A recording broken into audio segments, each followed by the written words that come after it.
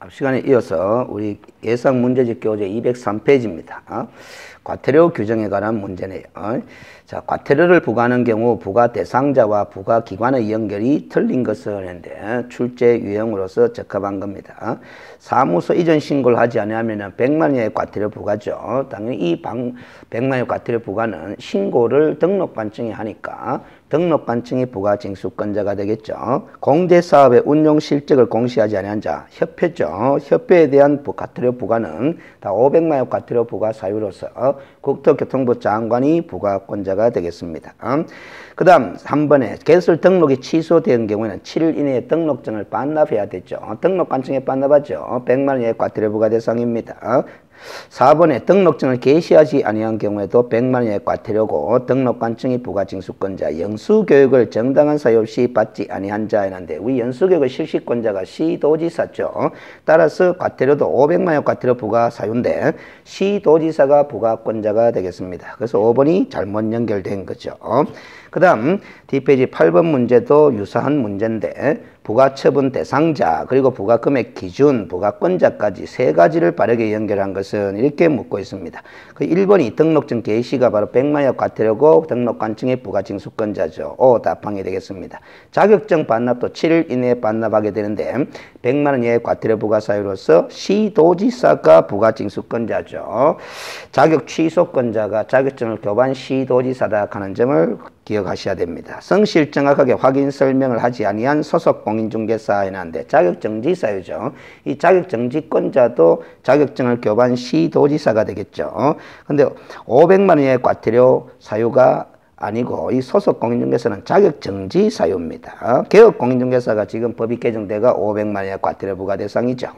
두 개가 틀렸습니다. 500만 원도 틀렸고 등록관청도 틀렸고 4번 거래정보망 운영 규정을 승인받지 않고 거래정보망을 운영한 거래정보사업자 500만 원 이하의 과태료 부과 대상이고 국토교통부 장관이 부과권자가 되겠죠. 손해배상책에 관한 사항을 설명하지 아니한 개업공인중개사 100만 원 이하의 과태료 부과 대상이고 등록관청이 부과권자가 되겠습니다. 이 손해배상책에 관한 사항을 설명을 해야 되는 것은 중개 완성 시점에 개업공인중개사가 거래당사 쌍방에게 설명도 하고 그 정서사본을 교부를 해야 되겠죠. 자, 9번 문제로 갑니다. 벌칙 규정 내용이 바르게 연결된 것으로만 짝져진 것을 했는데 기억에 거짓과 밖에 부정한 방법으로 사무소 개설 등록하면은 3년 이하의 징역 또는 3천만 원 이하의 벌금형 사유죠. 이은 공인중개사가 아닌 자로서 공인중개사 또는 이와 유사한 명칭을 사용한 자는 1년 이하의 징역 또는 1천만 원 이하의 벌금형 사유가 되겠습니다. 의뢰인과 직접 거래, 쌍방들은 다 금쟁이 3년짜리죠. 등록 취소, 등록증 반납하지 않은 자 100만 원 이하의 과태료 부과 사유고 이중 등록하거나 이중 소속은 다 1년 이하의 징역 또는 1천만 원 이하의 벌금형 사유죠. 그 다음 10번 벌칙의 최고 한도가 다른 것은 가게 되면은 우리가 이제 같은 거는 같이 묻고 다른 거는 다르게 골라낼 수 있는 이런 능력을 길러야 되는 겁니다. 그래서 1번의 이중소속은 1년짜리죠. 벌칙이라 그랬으니까 형벌을 떠올리고 과태료를 떠올려야 됩니다. 그래서 1번은 절대적 등록 취소 사유라는 행정처분의 대상이 되지만 문제가 벌칙의 최고 한도 했으니까 1년짜리죠. 2번 자격증 대여받은 자도 1년이죠. 임시중개시설물도 1년이죠. 의뢰인과 직접 거래는 금쟁이 3년짜리 금쟁이죠. 답이 4번이겠네요. 5번은 무등록 중개업자인 사실을 알면서 그에게 자기의 명의를 이용하게 한 개업공인중개사는 금쟁이로서 1년짜리 금쟁이죠. 11번으로 갑니다. 옳은 것은 1. 등록하지 않고 중개업을 한 자, 무등록 중개업자는 3년짜리 형사처벌의 대상이 될 뿐이죠. 그래서 과태료 부과 대상이 될 수가 없습니다. 2번 무등록으로 거래를 중개하면서 그에 대한 수수료를 약속 요구하는 데 그친 행위는 우리 대부분 판례에 따르면 무등록 중개업에 해당하지 않는다라는 거죠. 약속 요구에 그쳤을 때는 업이라고 볼 수가 없다. 따라서 형사처벌의 대상이 되지 않는다라는 겁니다. 3번에 개업공인중개사가 이 법에 대한 한 건의 위반 행위로 행정처분 외에 형벌을 받을 수 없다 해놨는데 한 건의 위반 행위에 대해서 행정처분과 형벌이 병과될 수 있는 경우가 상당히 많다 그랬죠. 가장 대표적인 사례가 이중등록, 이중소속 아니겠습니까? 절대적 등록 취소 대상도 됐고 1년짜리 형사처벌 대상도 되죠. 4번에 이 법에 의한 과태료 부과 기준은 우리가 500만 원 이하, 100만 원 이하 과태료 이렇게 돼 있는데 이하기 때문에 대통령령에 보면은 기준표가 있습니다. 그 100만원짜리냐, 150만원짜리냐, 300만원짜리냐 이렇게 기준표가 있는데 그거는 대통령령으로 정합니다. 국토교통부령으로 정하는 것이 아니고. 그래서 이렇게 외워두시면 좋습니다. 업무 정지와 자격 정지의 기준에 관해서는 국토교통부령으로 정하고 과태료 기준에 관해서는 대통령령으로 정한다. 이렇게 좀 외워두실 필요가 있습니다. 원래 법전을 보면서 학습을 하면 이런 건 자연스럽게 정리가 되는데 우리 수험생들은 법전을 확인하지 않기 때문에 기억해 둘 수밖에 없습니다. 5번에 이중사무소와 임시중개시설물 설치하면 다 벌칙 내용은 1년짜리로 똑같죠. 다르다 했기 때문에 틀려버렸습니다. 그 다음 12번 문제. 벌칙의 법정형이 같은 것끼리 모두 묶은 것은 이렇습니다. 기억은 이중등록이니까 1년짜리고 니얼은 검증이로서 3년짜리죠. 디귿 임시중개시설물 설치도 1년짜리고 그 다음에 리얼 이중사무소도 1년짜리 무등록 중개업은 3년짜리죠. 그 같은 것끼리 묶은 것은 했는데 기억 1년, 디귿도 1년, 리얼도 1년. 알았어요? 그래서 답이 2번이 되겠습니다. 알았어요?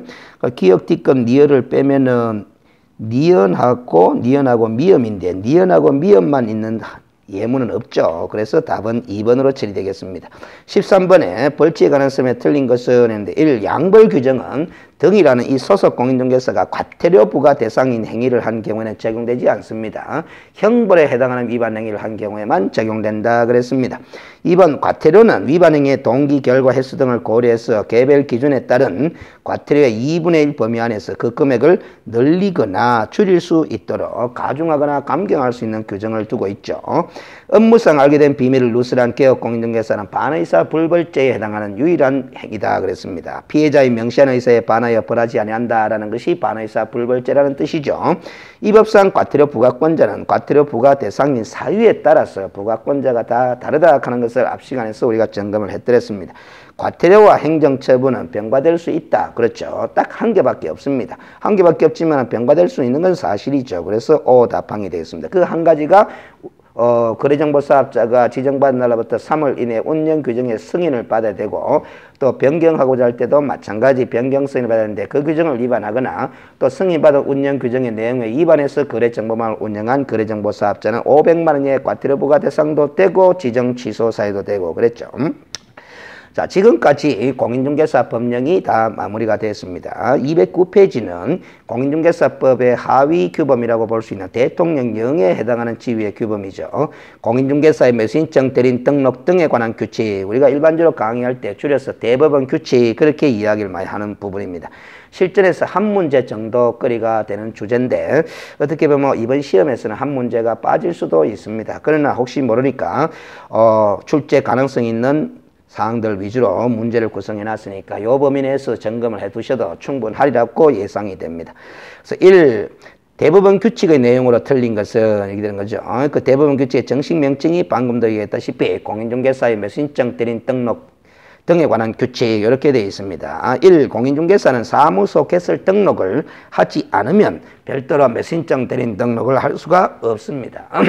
그래서 우리가 매수인증 대리인 등록을 해야 되는 이유는 중개업 이외의 겸업으로 경매 부동산에 대한 매수신청 또는 입찰신청의 대리 행위를 겸업으로 하고자 할 때는 이 대법원 규칙이 정하는 바에 따라 매수신청 대리인 등록을 해야 되는데 이 대법원 규칙에 따르면은 중개사무소 개설 등록부터 먼저 할 것을 요구하고 있습니다. 그래서 중개사무소 개설 등록을 하지 않으면은 매수신청 대리인 등록을 할 수 없도록 그렇게 제한을 해놓고 있는 거죠. 이번에 매수신청 대리는 매수신청 대리 대상물에 대한 확인 설명 의무를 이행해야 됩니다. 권리관계에 관한 사항이나 경제적 가치 그리고 매수인이 부담해야 될 사항 등에 대해서 위임인에게 성실정확하게 설명하고 설명의 근거 자료를 제시해야 한다 하는 것이 매수 신청 대리 대상물 확인 설명 의무가 되겠습니다.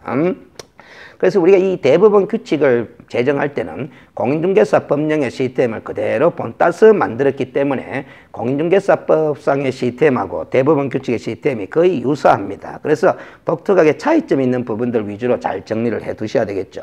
특히 이 확인 설명할 사항 중에 경제적 가치가 매수인증 대리 대상물의 확인 설명 사항의 범위에 들어간다라는 점 주의를 하셔야 되죠. 공인중개사법상 중개대상물에 관한 확인 설명 사항의 범위는 그 중개대상물의 경제적 가치가 확인 설명 사항 범위에 들어가지를 않습니다. 그러나 매수인증 대리 행위를 할 때는 확인 설명 사항의 범위에 들어간다라는 점이죠. 3번에 매수인증 대리에 관한 수수료표와 지금 수수료표까지만 최근에 5월달에 개정이 돼서 보수표로 바뀌었습니다. 그래서 보수든 수수료든 그거는 크게 중요성이 없죠. 지금 용어상 보수로 바뀌었다는 것 뿐입니다. 그래서 그 보수표와 보수에 대하여 위임인에게 위임계약 전에 설명을 해야 된다라는 겁니다. 이 대법원 규칙에서는 중개의뢰계약이라는 용어가 안 나오고 그 대신에 위임계약이라는 용어가 등장을 하는 거죠. 그렇다면은 공인중개사법에서는 중개의뢰인이라는 용어가 있겠지만 이 대법원 규칙에서는 오히려 위임인이라는 용어를 씁니다. 고객을 위임인이라고 지칭을 하는 거죠. 매수신청 대리 행위를 하기 때문에 그런 표현을 쓰는 겁니다. 그 다음 4번에 개업공인중개사는 매수신청 대리 행위를 함에 있어서 매각장소 또는 집행법원에 직접 출석을 해야 됩니다. 그거는 왜 그러냐면은 현재 기일 입찰 방식으로 매각을 실시하고 있기 때문에 직접 법원에 출석해야 된다라는 규정을 두고 있는 거죠. 우리가 민사집행법상 법원 경매는 매각 방법이 세 가지 중에 하나를 선택하게 돼 있죠. 기일 입찰 방법이 있고 기간 입찰 방법이 있고 호가 경매 방식이 있는데 실제로 실무상으로는 기일 입찰 방식으로 대부분 진행하기 때문에 대법원 규칙에서도 직접 출석하도록 그렇게 규정을 하고 있습니다. 5번에 매수인증 대리 업무 정지 처분을 받은 때는 업무 정지 사실을 당해 중개사무소에 출입문에 표시하지 않아도 된다 하는데 표시해야 됩니다. 이 부분이 공인중개사법과 좀 차이점이죠. 우리 공인중개사법에도 중개 업무 정지 처분이라는 행정 처분이 있죠. 대법원 규칙에서는 매수 신청 대리 업무 정지 처분에 관한 규정이 있습니다. 똑같이 업무 정지 처분에 관한 규정이 있지만 그 업무의 성격이 다른 거죠. 그런데 공인중개사법에서는 업무 정지 처분을 받은 사실을 중개사무소 출입문에 표시해야 될 규정을 두고 있지 않는데 대법원 규칙에서는 그 업무 정지 처분을 받게 되면은 출입문에다가 그 사실을 표시하도록 하는 규정을 두고 있다라는 점입니다. 자, 그래서 5번이 틀린 답항이 되겠죠. 뒤 2번에 틀린 것은 1. 모든 개업공인중개사가 매수인증 대리인으로 등록할 수 있는 것은 아니죠. 부칙 제6조 2항에 따른 개업공인중개사는 공인중개사법에서도 경매 부동산에 대한 매수인증 대리 행위를 할 수 없도록 제한을 하고 있기 때문에 그렇습니다. 2번에 임목에 관한 법률에 따른 임목은 우리 공인중개사법상 중개 대상물은 맞습니다. 그러나 매수인증 대리 대상물이 될 수 없다 했는데 그것도 틀렸죠. 중개대상물의 범위와 매수인증 대리대상물의 범위는 우리 공인중개사법과 대법원 규칙을 비교해보면 똑같습니다. 그래서 매수신증 대리대상물의 범위는 곧 중개대상물의 범위와 동일하다라는 거죠. 3번에 매수인증 대리인이 되고자 하는 개업공인중개사나 위임인에 대한 손해배상 책임을 보장하기 위해 보증보험 또는 협회에 공제에 가입하거나 공탁을 해야 한다. 아주 중요한 조문이죠. 그래서 중개사무소 개설 등록한 개업공인중개사가 별도로 매수인증 대리인 등록을 신청할 때 매수인증 대리인 등록 요건 중에 하나입니다. 보정 설정이 필요합니다. 그 보정 설정을 하는 목적은 공인중개사법에서 설정하는 보정의 목적하고는 다른 거죠. 매수인증 대리행위에 따른 손해배상 책임을 보장할 목적입니다. 보정 설정 방법은 똑같습니다. 금액도 똑같습니다. 그러나 그 보정 설정의 목적이 서로 다른 거죠. 근데 목적이 다르다 하는 것도 이해해야 되지만은 요 대법원 규칙에서는 매수인증 대리인 등록 요건입니다. 그러나 공인중개사법상 보정 설정은 등록 요건이 아니라 중개사무소 개설 등록 요건이 아니라 업무 개시 요건이다라는 점을 주의해서 봐셔야 됩니다. 4번에 공인중개사인 개업공인중개사는 매수인증 대리인으로 등록하지 않아도 경매 대상 부동산에 대한 권리 분석 및 알선을 할 수 있다. 자, 매수인증 대리인으로 등록하는 이유는 경매 부동산에 대한 매수인증 대리 행위를 하고자 하는 것이죠. 그래서 매수인증 대리 행위를 하지 않고 그 경매 부동산에 대한 권리 분석이나 취득의 알선 행위만 하고자 할 때는 매수인증 대리인 등록이 필요 없고 개업공인중개사는 당연히 겸업 행위로 할 수 있도록 되어 있습니다. 그 다음 5번에 매수인증 대리인으로 등록된 개업공인중개사가 보수를 받은 경우 예규에서 대법원 규칙의 하위 규범으로서 예규가 있습니다. 예규에서 정한 양식의 영수증을 작성해서 서명날이 난 후에 위임인에게 교부해야 한다. 요 정도 차이점이죠. 우리 공인중개사법에서는 보수가 실비를 받았다 하더라도 영수증 작성 교부에 관한 규정을 두고 있지 않습니다. 그러나 대법원 규칙에서는 매수신청 대리에 따른 보수나 이런 걸 받게 되면 영장을 작성 교부하도록 하는 규정을 두고 있는 거죠.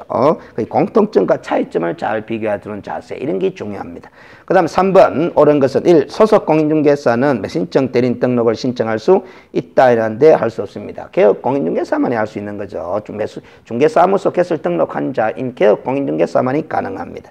2번에 공인중개사 법령상 실무교육을 이수하고 1년이 경과되지 않은 경우 별도의 매수신청 대리에 대한 실무교육은 면제된다 해놨는데, 그래서 경매에 관한 실무교육을 받아야 됩니다. 그래서 우리가 중개 실무교육과 경매에 관한 실무교육을 구별해서 인식하는 자세가 중요한 거죠. 아무리 중개업을 영위하기 위해서 중개 실무교육을 받았다 하더라도 매수신청 대리 행위를 행하기 위한 경매 실무교육은 따로 별도로 받아야 된다라는 거죠. 다만 이 경매 실무교육을 받고 난 다음에 폐업한 후에 1년이 지나기 전에 다시 매수신청 대리인 등록을 하는 경우에는 경매 실무교육이 면제될 뿐입니다. 3번에 매수신청 대리인으로 등록한 자는 업무를 개시하기 전에 위임인에 대한 손해배상 책임을 보장하기 위하여 보증보험 또는 협회에 공제에 가입하거나 공탁을 해야 한다. 주의해야 되죠. 틀렸습니다. 이 업무 개시 전에 보증 설정하는 것이 아니라 매수신청 대리인 등록 신청하기 전에 보증 설정하고 등록 신청해야 됩니다. 등록 요건이다 그랬죠. 4번에 이 규칙상의, 즉 대부분 규칙상의 업무 정지 기간은 1월 이상 2년 이하로 한다라는 거죠. 이게 옵니다. 그래서 이 부분도 차이점이죠. 공인중개사 법령의 업무 정지는 6월의 범위 내에서 기간을 정하도록 돼 있죠. 그러나 대법원 규칙상의 매수신청 대리 업무 정지 처분 기간은 1월 이상 2년 이하의 범위 내에서 기간을 정해서 업무 정지 처분을 행하게 되어 있습니다. 1월 이상 2년 이하 기억해 두셔야 되겠죠. 5번에 개업공인중개사가 법원에 매수신청 대리인으로 등록하여도 민사집행법에 따른 공유자의 우선 매수신고는 할 수 없다 이렇게 되어 있는데, 우리가 매수신청 대리인 등록을 하게 되면 매수신청 대리권의 범위에 관한 규정이 있습니다. 대법원 규칙에 보면 그 매수신청 대리권의 범위에 속하는 행위는 다 할 수 있다라는 거죠. 그 대리권의 범위에 속하는 행위 중에 하나가 공유자의 우선 매수신고 행위도 가능하도록 규정이 되어 있습니다. 그래서 없다 했기 때문에 틀려버린 거죠. 자, 4번으로 갑니다. 매수신청 대리인 등록에 관한 규칙상 매수신청 대리 업무를 수행하는 개업공인중개사의 금지행위에 해당하지 않는 것은 했습니다. 우리 공인중개사법에도 금지행위가 있지만 대법원 규칙에서도 매수신청 대리 행위를 행하는 과정에서 해서는 안 될 금지행위에 관한 규정을 두고 있습니다. 그래서 밑에 해설을 보면은 1번부터 8번까지 금지행위에 관한 규정을 두고 있죠. 그래서 줄 끊는 것 위주로 좀 기억을 해 두실 필요가 있다라는 겁니다. 그래서 지금 1번에 명의 대여하는 하는 행위, 그리고 2번에 매수신청 대리인 등록증을 대여하는 행위, 그리고 3번에 다른 개업 공인중개사의 명의를 사용하는 행위, 이중으로 매수신청 대리인 등록 신청하는 행위 다 금정입니다. 그런데 5번에 임대주택법에 따른 임차인의 임대주택 우선 매수신고를 하는 행위는 대법원 규칙상 매수신청 대리권의 범위에 속하는 행위가 되는 거죠. 그래서 5번은 금정행위가 아니라 지역기 적법한 행위로서 할 수 있는 매수신청 대리권의 범위에 속하는 행위입니다. 그 다음 5번을 보십니다. 그래서 매수신청 대리의 위임을 받아 할 수 없는 행위는, 이렇게 물었죠. 결국 매수신청 대리권의 범위에 속하지 않는 행위를 찾아라라는 소리입니다. 그래서 매수신청 대리인 등록을 한 개업공인중개사라도 할 수 없는 행위를 찾아라라는 거죠. 그거는 매수신청 대리권의 범위에 속하는 행위만 할 수 있다. 거기에 속하지 않는 걸 찾아라는 거예요. 그래서 밑에 해설을 보면은 1번부터 7가지의 행위가 다 매수신청 대리권의 범위에 속하는 행위들입니다. 여기에 속하지 않는 행위를 찾아라라는 거죠. 그래서 2번 매각기일에 변경 신청하는 행위인데, 이렇게 어떤 법원 경매 절차라든가 아니면은 소송 절차에 적극 개입하는 행위는 매수신청 대리인이 할 수가 없도록 되어 있습니다. 그래서 2번이 답으로 이렇게 처리되게 됩니다. 1번에 보면 매수신청 보증금을 제공한다, 입찰표의 작성 제출이다, 차순위 매수신고 행위다, 매수신청 보증금을 반환받는 행위, 그리고 우선 매수신고 행위, 그리고 차순위 매수신고의 지위를 포기하는 행위, 이런 것들은 다 매수신청 대리인으로 당연히 할 수 있는 행위가 되겠죠. 그래서 대법원 규칙상 매수인정 대리권의 범위에 규정을 해두고 있는 겁니다. 시험에 아주 잘 나옵니다. 이 매수인정 대리권의 범위에 속하는 행위냐 아니냐 여부는 요 범위 내에서 할 수 있다는 거죠. 누구는 매수인정 대리인 등록을 한 개업 공인중개사는. 자, 213페이지로 갑니다. 6번에 틀린 것은 1. 매수인정 대리인 등록은 어디다가 하느냐? 중개사무소 소재지 관할 지방법원장에게 하도록 되어 있습니다. 이 지방법원장이 매수인정 대리인 등록 관청이 되는 거죠. 2번에 개업공인중개사는 매수인정 대리에 관하여 위임인으로부터 예규에서 정한 수수료의 범위 안에서 소정의 수수료를 받도록 되어 있습니다. 수수료는 보수로 바꿔서 읽으시면 되겠고요. 그래서 이 2번 침을 통해서 우리가 매수인정 대리에 따른 보수도 대법원 규칙에서 정해놓고 그 정해놓은 범위 내에서만 받아야 된다라는 거, 이런 규정이 있다라는 걸 꼭 인식하실 필요가 있습니다. 그렇다고 해가 매수인정 대리에 따른 수수료를 보수를 계산하라 하는 문제는 출제 가능성이 좀 희박하다, 그렇게 보시면 되겠습니다. 왜냐하면 예규에서 정하고 있거든요. 예규까지 출제할 상황은 아닙니다. 3번에 매수인정 대리인으로 등록한 자는 매수인정 대리 위임을 받은 경우 민사집행법의 규정에 따른 차순위 매수신고 행위, 차순위 매수신고 행위도 우리가 매수신청 대리권의 범위에 포함되는 행위죠. 4번에 매수신청 대리인 등록을 하고자 하는 자는 등록 신청일 전 1년 이내에 중개사무소가 있는 곳을 관할하는 지방법원장이 지정하는 교육기관에서 부동산 경매에 관한 실무교육을 이수하여야 한다 해놨는데 어디가 틀렸느냐 하면은 지방법원장이 지정하는 이 부분이 틀렸습니다. 그래서 우리가 중개실무교육은 시도지사가 실시하는 실무교육을 받도록 돼 있죠. 그래서 등록관청이 실시하는 실무교육이 아니었습니다. 그렇다면은 우리 매수신청 대리인으로 등록하기 위한 경매에 관한 실무교육도 등록관청 지방법원장이 실시하는 것이 아니라 한 단계 더 높은 기관이라고 생각하시면 편합니다. 그게 법원행정처장이죠. 그래서 법원행정처장이 지정하는 교육기관에서 경매에 관한 실무교육을 받아야만이 매수신청 대리인 등록을 할 수가 있도록 되어 있습니다. 5번에 매수신청 대리인으로 등록한 자는 동일 부동산에 대하여 이해관계가 따른 2인 이상의 대리인이 되는 행위를 하여서는 아니 된다. 금지행위죠. 대법원 규칙상의 금지행위 규정이 따로 있다 그랬습니다. 그 다음 7번 문제 틀린 것이었는데 1. 매수인정 대리인 등록이 취소된 후 중개사무소 개설 등록이 취소된 것이 아니라 매수인정 대리인 등록이 취소된 후 3년이 지나지 아니한 개업공인중개사는 매수인정 대리인 등록의 결격사유에 해당합니다. 그래서 등록을 할 수 없다. 5가 되는 거죠. 그래서 우리가 공인중개사법에도 등록의 결격사유에 관한 조문이 있지만은 대법원 규칙에도 매수인정 대리인 등록을 할 수 없는 결격사유에 관한 규정을 두고 있습니다. 2번에 매수인정 대리인 등록을 한 자는 차순위 매수신고인의 지위를 포기할 수도 있습니다.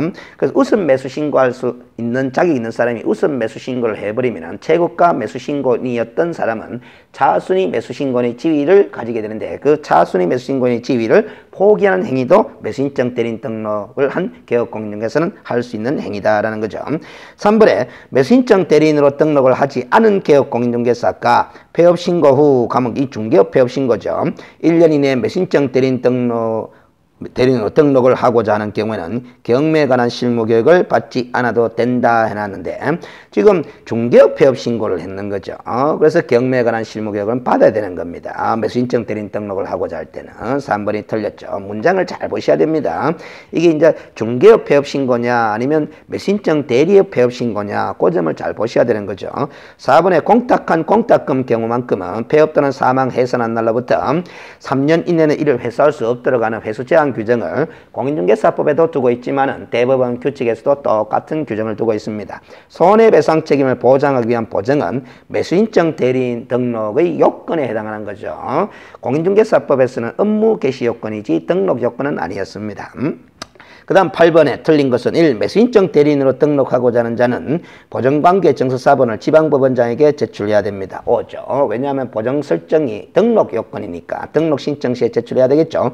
2번에 매수인정 대리인으로 등록하고자 하는 자는 중개사무소 등록증 사본을 지방법원장에게 제출해야 됩니다. 그렇죠.